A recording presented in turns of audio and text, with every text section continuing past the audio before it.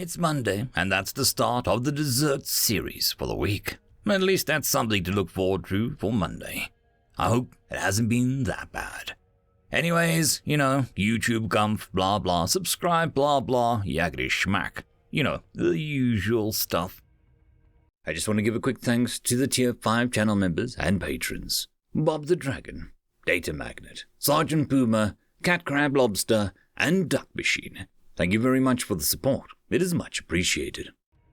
Onwards to the story. When Deathworlders Meet, Part 6. Life-harboring worlds were graded on a scale for habitability to sentient life. A Class 1 world was a perfect garden world. Class 2 worlds might have chilly weather. His own world was considered rather austere, good for developing a tough and hardy people. It was a Class 5. Class 6 worlds were tough places that few visited. Some of the fiercest warrior peoples came from them. They got worse as the numbers went up. There was only one race participating in the galactic community from a Class 8 world, and most people avoided them at all costs. From there, they became even harsher and more hazardous to sentient life, all the way up to Class 10 worlds, which were considered uninhabitable. Death worlds. Sentience could not come from a death world. Of course, just because something had never happened before didn't mean that it could never happen. He just wished that it hadn't have happened on his ship. The habitation scale for temperature planets was pretty linear from 1 to 10. It was supposed to end there. But at some point, scientists noticed that there were worlds which went to such great lengths to exterminate all life that they far surpassed even Class 10. Learned minds developed an extended scale, and each step in that scale was exponentially more deadly than the previous one. Class 11 worlds, like Nyx, home of the Night Beasts, were almost a joke. A 1 to 10 scale turned up to 11. As for Class 12, well, he hadn't heard of such a thing until this very moment, when it had suddenly stopped being funny.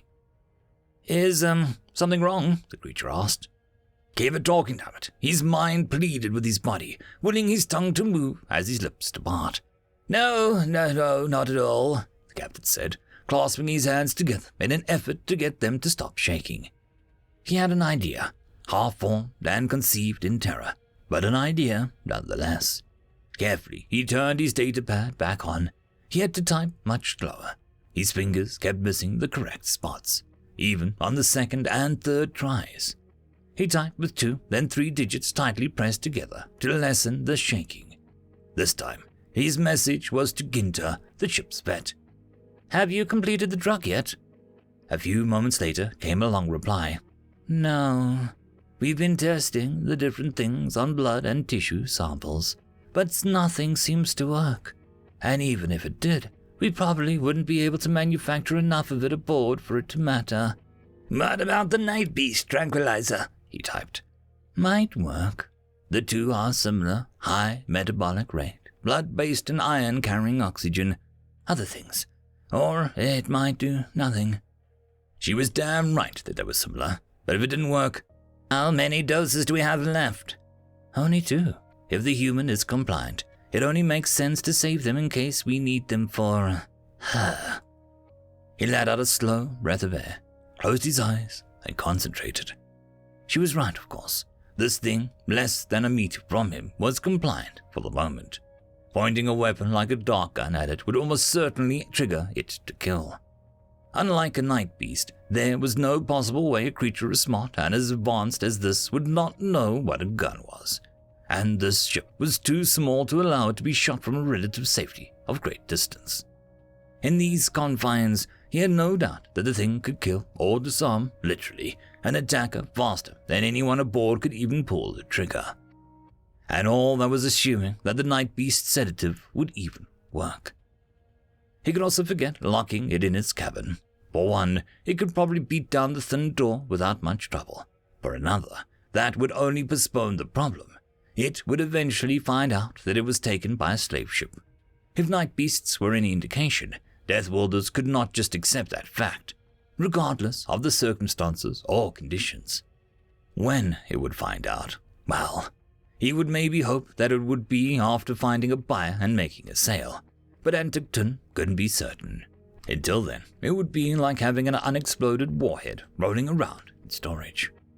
Or worse, a primitive Class 11 would just kill everyone aboard, steal his ship, and escape home. An advanced Class 12. Not even Anticton's family was safe. 7 hells, the thing would probably take his ship, infiltrate his homeworld, find a way to blow it up, and then escape home. Anticton had to deal with this now, so the drugs were a complete waste. Honestly, had the veterinarian been watching vids of this entire time, couldn't she appreciate how potentially dangerous this thing was? He needed another idea, something that he could actually use. He might be able to think of a way to fool it, to take advantage of its current willingness to cooperate in order to eliminate it as a threat.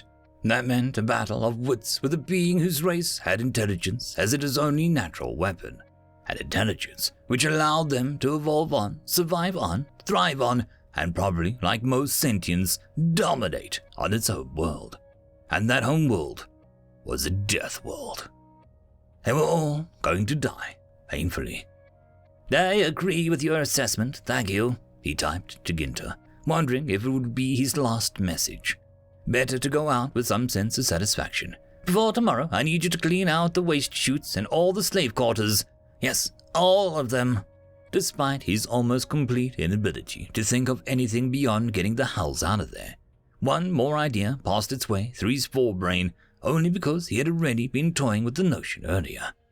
He just had to calm himself and maintain enough control to carry it out.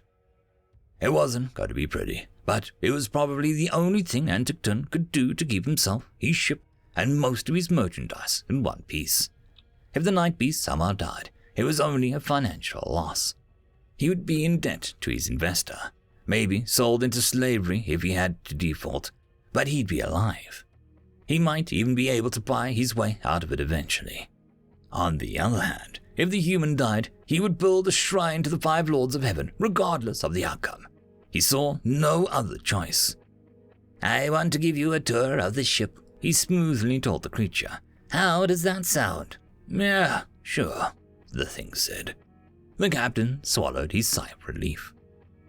Together they walked from deck to deck and room to room, the captain explaining briefly what each part of the ship was used for. He had to make most of it up, as he wasn't too clear on what his crew did, what they did, or why or how they did it. For their part, the crew were thankfully silent as the odd pair walked about, knowing better than to ask questions. Either that, or they were too put off by the rumors of the human that were doubtlessly already spreading. Though he showed the crew quarters, the captain made sure to avoid the standing slave cells amidship. That would have raised too many questions. As for the special slave cell, well, they were going to go visit that one now. "I notice there are dozens of different species represented here," said the cheerful human as they walked. "I talked to your executive officer about it earlier. It's wonderful, you know. A whole galactic community up here, just waiting for humanity to join." The creature seemed so earnest to Anticton, but at the same time he couldn't help but feel like it was onto his ruse and was implying a veiled threat. He could imagine it smiling as it happily slaughtered its way through every living thing aboard, all the while saying how much it wanted to meet his whole community. "Oh yes, there are more than a few races aboard," the captain agreed. "We cannot wait for a people as nice as you to join us either. In fact, as a representative of your people, I think it is extremely important that you meet all of the races of the galactic community. I can't do much about the ones we don't have aboard here." "How many are there?" "Other races in the galaxy." The captain's pace staggered. Was it normal for this creature's people to interrupt, or was it trying to throw him off? "Well, I don't know for sure," he replied. "What about on the ship?" 26 different races, I believe," he replied, though the numbers changed so frequently. In truth, he had no idea, but the thing had said he'd seen dozens aboard, so... The human nodded, and they continued on their way. "As I was saying, it'll be important when you return to your kind to have fully interacted with as many different races of people as possible. There is someone special I would like you to meet. How is your night vision?" the captain asked, opening the door to a darkened room at the base of the large ramp. Captain Anticton held his breath. the thing's next answer would doom or save him. Not good, he said. Why? He thanked every god, lord, and demon he could think of. Because we're going to go say hello, he said, gesturing for the human to enter the pitch-black cargo hold. As the human entered, Antiktun remained a pace behind him. It's dark in here because she's nocturnal. She won't mind being woken up to meet you, though. No, not at all. Let me find a light switch. 1 second. Where is it? Maybe over here? The cargo bay door slammed shut in front of him with a reverberating thud, trapping the human on the other side with the night beast. End of chapter. And that, my friends, concludes this video. I hope that you enjoyed.